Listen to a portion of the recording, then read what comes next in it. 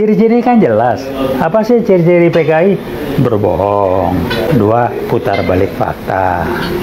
3, agitasi atau jual-jual kehebatan, propaganda. 4, merasa menampilkan seakan-akan lebih nasionalis dalam bentuk lebih Pancasila, lebih ini. NKRI, merah putih dipasang ini. Tapi mau dirubah. Pancasila jadi Trisila, Ekasila. Aku NKRI, tapi NKRI yang kiblatnya ke Cina. Kayak gitu. Yang Amerika gimana? Podo wae. Udah dua-dua ini kan berusaha mengendalikan. Ekspor, tapi harganya dimainkan karena. Saudara, sudah 30 tahun korban sudah kurang lebih 1,5 juta orang mati perang saudara. Bahkan lebih itu. 30 tahun perang saudara, akhlaknya rusak, agamanya benar. Martabatnya jatuh. Negara Jepang agamanya nggak jelas. Yahudi bukan, Kristen dudu, Islam sanes, Hindu bukan, Buddha sanes, Konghucu bukan, agama Sinto. Sepuluh orang Jawa agama Darmo Gandul, Gotoloco, Sabto Darmo lah. Sambelun, Subut, Kaharingan, Kapitayan, Karunan, Sunda Wiwitan, bangsa itu agama itu bangsanya lah. Napa malih? Parpalin, agama lokal.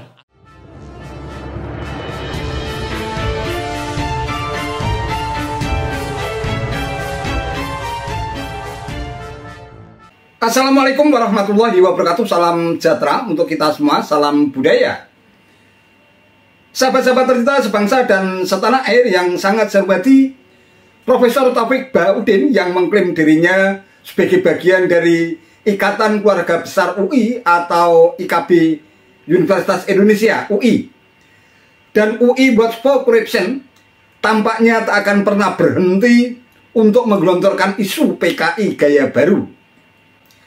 Dia pun ikut nimbrung dan serba nyinyir soal tuduhan ijazah Jokowi palsu setelah Egy Sujana dan kawan-kawan melakukan gugatan ke Pengadilan Negeri Jakarta Pusat.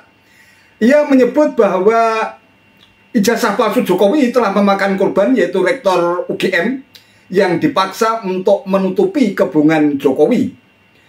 Profesor Koplak yang sok tahu ini memang pantas dijuluki sebagai Raja Hoax PKI gaya baru.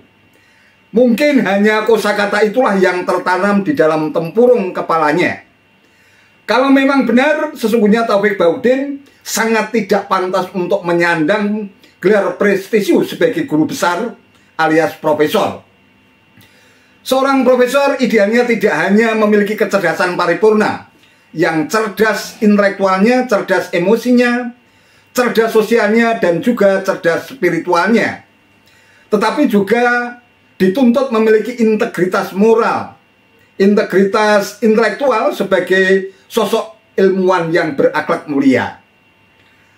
Namun entah karena DNA politiknya memang sudah terlanjur jahat, atau memang lantaran karakter jahatnya memang sudah bawaan sejak lahir, hampir setiap ruang dan waktunya yang ia gunakan selalu saja sibuk berhalusinasi soal PKI gaya baru. Ia pun ikut mengglorifikasi tuduhan ijazah Jokowi palsu yang ia kembangkan menjadi salah satu ciri PKI gaya baru.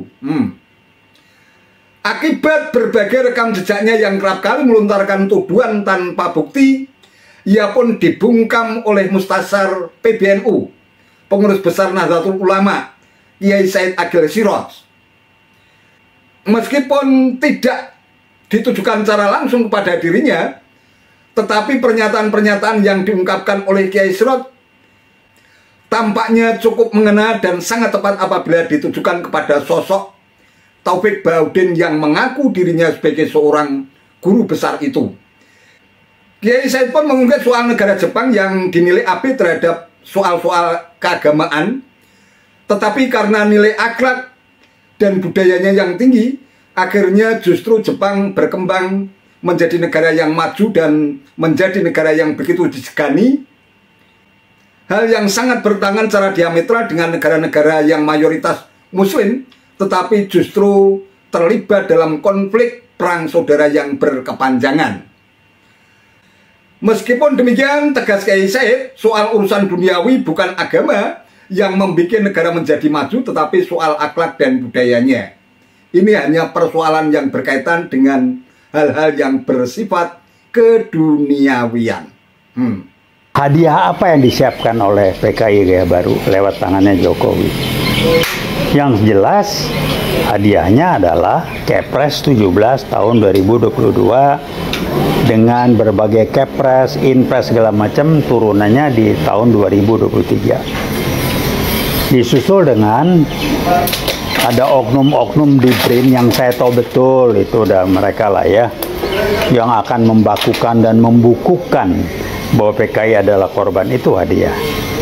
Kemudian pelan-pelan TAP MPRS yang melarang komunisme dan segala macam pelan-pelan dianulir. Kita lihat lagi apa yang akan terjadi. Mereka pakai istilah ngetes, test the water, tesnya. Kalau nggak ribut, jalan terus. Nah, yang kita dibikin ribut, ya akan kembali saya mengatakan, Undang-Undang Dasar 45. Kita ulang berulang-ulang, berhentilah. Bikin seminar, bikin Zoom, silakan. Tapi itu sudah lewat. Kenapa Anda tidak bikin seminar, bikin Zoom, kajian mengenai PKI jadi korban? Kok nggak ada yang bahas itu? Jadi sibuk dengan ini. Pak Antoni Budiawan menghajar habis, saya baca di medsos luar biasa. Itu yang diperlukan. Berhentilah kajian-kajian ilmiah. Saya amat sangat menyarankan. Kajianlah ilmiah, kenapa itu pemutarbalikan fakta. Berhentilah kajian ilmiah oligarki, berhentilah. Kajianlah kenapa PKI Gaya Baru muncul seperti ini. Kenapa dibalik memutar balik fakta bahwa mereka korban, itu yang dikaji, itu yang diseminarkan, itu yang di Zoom. Jangan lagi akibat permainan mereka diarahin ke sana dan bangga. Sorry, saya kritik keras. Bangga dengan kajian. Lo mau ngomong gitu di depan kelas, saya kasar ngomongnya. Karena ngomong baik-baik nggak nangkep otaknya. Pak Budiawan, Antoni Budiawan, ilmuwan saya tahu. Tapi terakhir beliau sudah ngomong kencang. Itu yang dibutuhkan. Hadiah apa yang mau diberikan Pak Jokowi? Sementara kita ribut pilpres. Saya bilang kalau rejim Jokowi diturunkan, kenapa dia ribet? Dia takut sudah pasti kalau yang menang nanti bukan orang yang didukung atau orang yang mendukung dia bakal dikerangkeng, pasti, jamin. Kedua, keluarganya bakal dikerangkeng, pasti, jamin.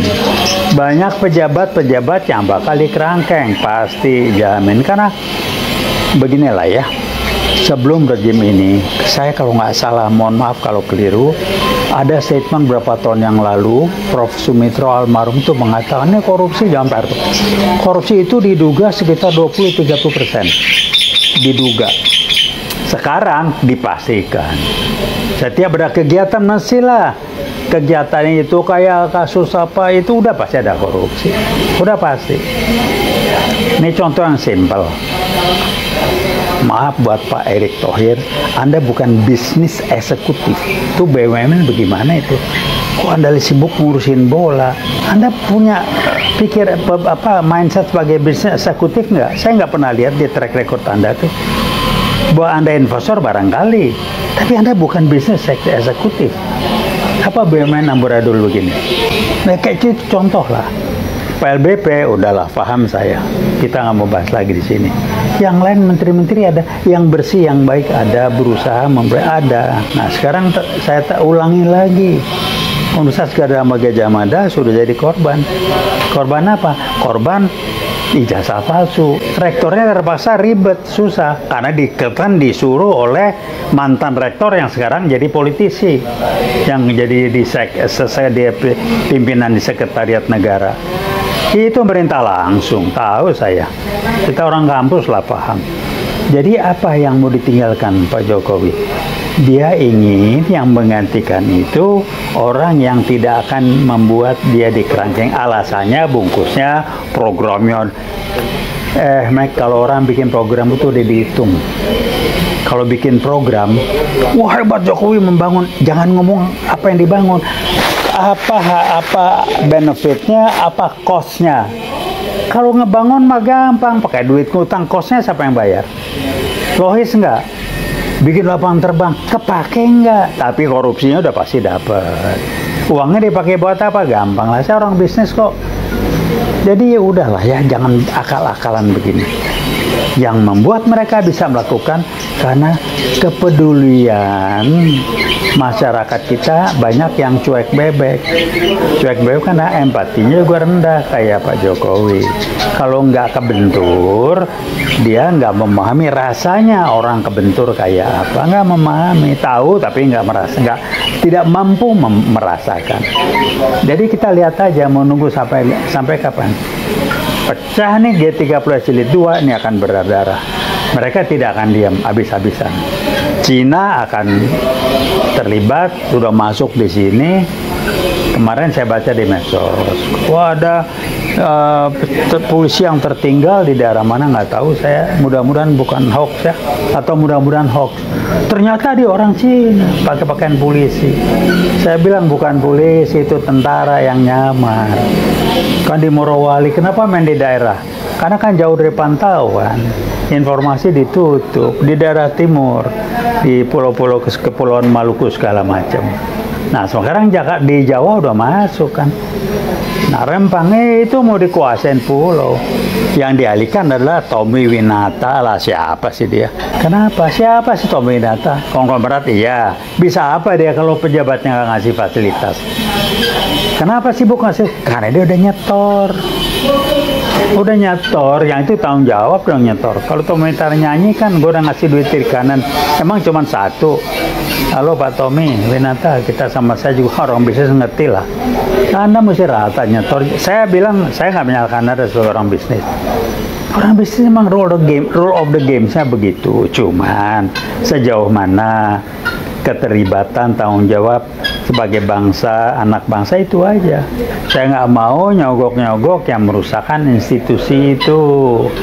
Jadi ya terserah kembali. Saya dibisikin, wah Pak Taufik, Anda nggak bisa jadi konglomerat kalau gini, nggak bisa. Sebab kalau bisnis itu harus nyender pada yang berkuasa. Silakanlah, saya punya limit. Tujuan hidup saya bukan jadi konglomerat. Ya itu dah. Jadi paham. Jadi tolong difahami, saya ulangi lagi. Bukan melanjutkan proyek yang belum kelar. Program PKI Gaya barunya belum kelar. Ujung tombaknya yaitu pengendalian TNI. Program pecah belah umat Islamnya juga belum selesai. Dan kalau sampai gagal dan akan digagalkan, mereka akan dikerangkeng. Dan PKI Gaya baru akan lawan. Nanti lihat. G13 jilid 2 Jakarta bisa dikendalikan daerah. Wah itu bunuh-bunuhan itu. Berapa banyak tanggal 30 atau tanggal 29 Oktober di Jawa Tengah, Jawa Timur, NU yang digorok pesantren sebagai begitu situasi berbalik, mereka yang digorok habis. Maka dikatakan PKI korban. Wes balik situasi. Ciri-ciri kan jelas. Apa sih ciri-ciri PKI? Berbohong. 2, putar balik fakta. 3, agitasi atau jual-jual kehebatan, propaganda. 4, merasa menampilkan seakan-akan lebih nasionalis dalam bentuk lebih Pancasila, lebih ini. NKRI, merah putih dipasang ini. Tapi mau dirubah. Pancasila jadi Trisila, Ekasila. Aku NKRI, tapi NKRI yang kiblatnya ke Cina. Kayak gitu. Yang Amerika gimana? Podo wae. Udah dua-dua ini kan berusaha mengendalikan. Ekspor, tapi harganya dimainkan karena dapat komisi. Ada agen di sini, salah satu instansi pemerintah. Ya udahlah, ini emang permainan. Wa innamal umamul akhlaqu ma baqiyat fa inhum dhahabat akhlaquhum dhahabu. Martabat sebuah bangsa tergantung akhlak dan budayanya, bukan agamanya. Martabat bangsa tinggi atau rendah bukan agama, tapi akhlak. Contoh negara-negara Timur Tengah, Afghanistan, Irak, Suriah, Somali, Yaman, agamanya benar, Islam Ahlussunnah Jamaah, sholat 5 waktu, puasa Ramadan, haji umroh, Mekah, zakat, tapi perang terus sesama Islam, sesama saudara. Sudah 30 tahun, korban sudah kurang lebih 1,5 juta orang mati perang saudara, bahkan lebih itu. 30 tahun perang saudara, akhlaknya rusak, agamanya benar, martabatnya jatuh. Negara Jepang, agamanya nggak jelas, Yahudi bukan, Kristen dudu, Islam sanes, Hindu bukan, Buddha sanes, Konghucu bukan, agama Sinto. Sepuluh orang Jawa agama Darmo Gandul, Gotoloco, Sato Darmo lah, Sambelun, Subut, Kaharingan, Kapitayan, Karuhunan, Sunda Wiwitan, bangsa itu agama itu bangsanya lah. Napa malih? Parpalin, agama lokal, animis. Jepang agamanya tidak jelas, tapi budayanya maju, teknologi maju, akhlaknya luar biasa. Tidak ada pejabat korupsi, tidak ada hukum dilanggar, tidak ada hak asasi manusia dilanggar, tidak ada preman begal di tengah jalan. Martabat boten, bermartabat boten. Jadi yang membuat kita bermartabat akhlakul karimah, bukan agama. Bukan agama. Di dunia ini loh ya, ini masalah dunia ini. Soalnya nanti di akhirat lain lagi. Di dunia ini kalau kita yang bermartabat akhlakul karimah, syukur-syukur agamanya benar, akhlaknya mulia. Seperti kita insya Allah Ahlussunnah wal Jamaah. Paham boten?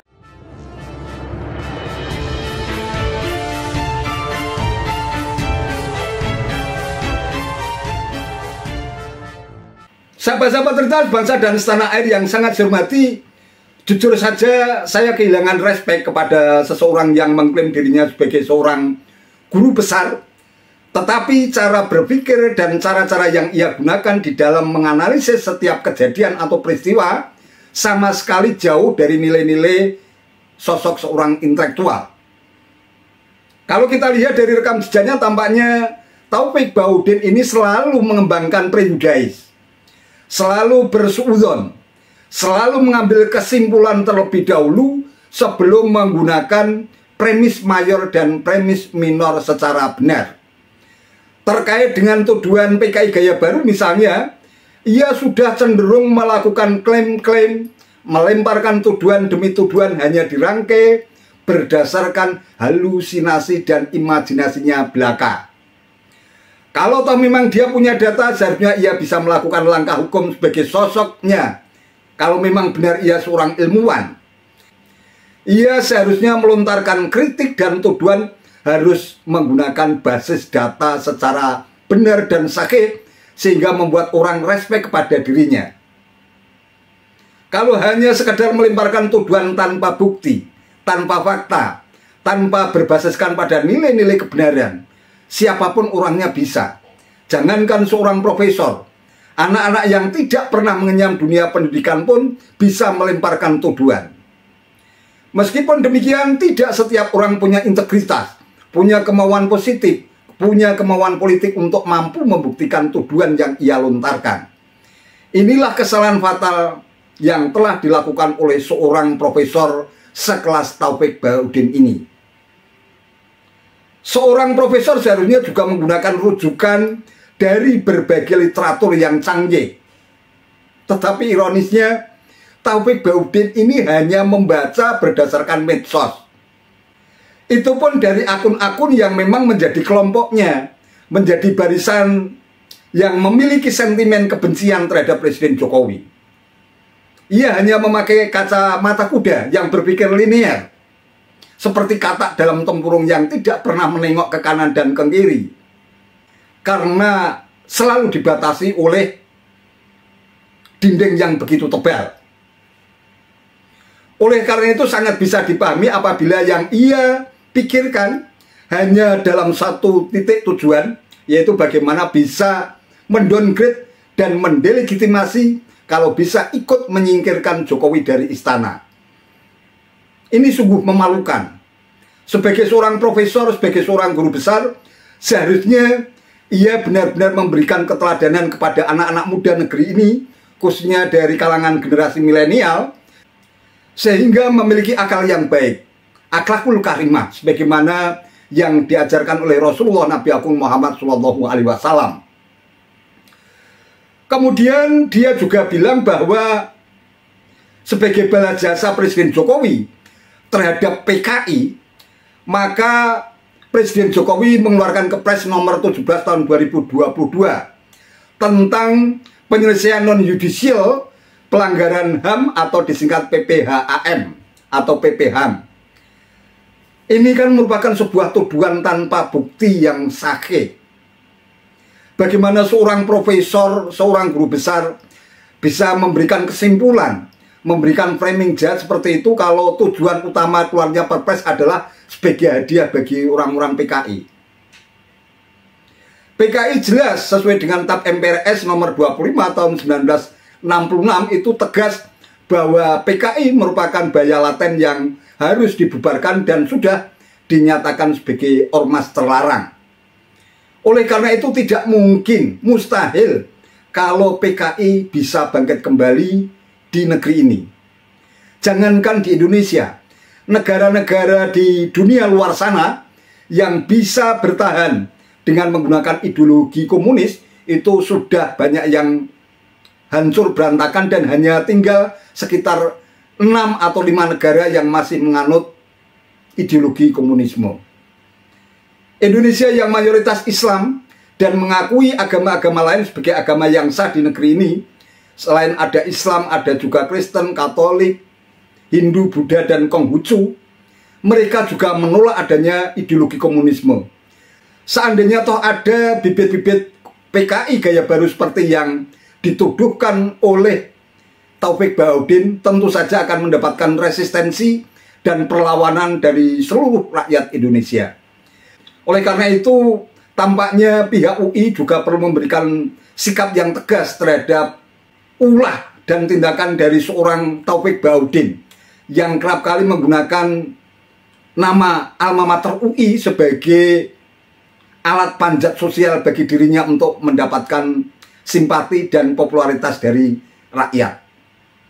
Namun bagi mereka yang memang sudah paham terhadap perilaku, terhadap karakter, terhadap DNA politik Taufik Bahaudin, sama sekali tidak akan memberikan respek sedikit pun kepada orang yang mengaku dirinya sebagai seorang profesor, tetapi gemar melemparkan tuduhan tanpa bukti, bahkan mengarah kepada fitnah. Dalam konteks demikian, seharusnya Taufik Bahaudin selalu mengingat pesan Kiai Said ini, bahwa orang yang berakhlak mulia, orang yang memiliki nilai-nilai kultural, nilai-nilai budaya yang tinggi, tidak akan pernah bersuudzon, tidak pernah bersikap prejudis, tidak akan pernah membuat kesimpulan-kesimpulan yang salah, tidak akan pernah membuat kesimpulan sebelum memperhatikan premis mayor dan premis minor yang sahih dan benar. Pantang bagi orang yang berakhlak mulia, memiliki kepribadian yang benar-benar berintegritas tinggi, akan gampang melemparkan fitnah hanya karena sentimen kebencian belaka. Mulutmu harimaumu. Suatu ketika sampean akan memetik karma politik yang harus sampean tanggung akibat gampang melemparkan fitnah kepada pihak lain yang sesungguhnya mereka adalah orang-orang baik, orang-orang yang berakhlak mulia, orang-orang yang selalu berupaya untuk membangun nilai-nilai toleransi, membangun nilai-nilai kebersamaan, nilai kerukunan dan kedamaian di tengah-tengah kebinekaan dan kemajemukan. Wallahu a'lam bishawab. Itu saja yang bisa saya sampaikan. Terima kasih atas perhatiannya. Wallahul muwaffiq ila aqwamit thoriq. Wassalamualaikum warahmatullahi wabarakatuh.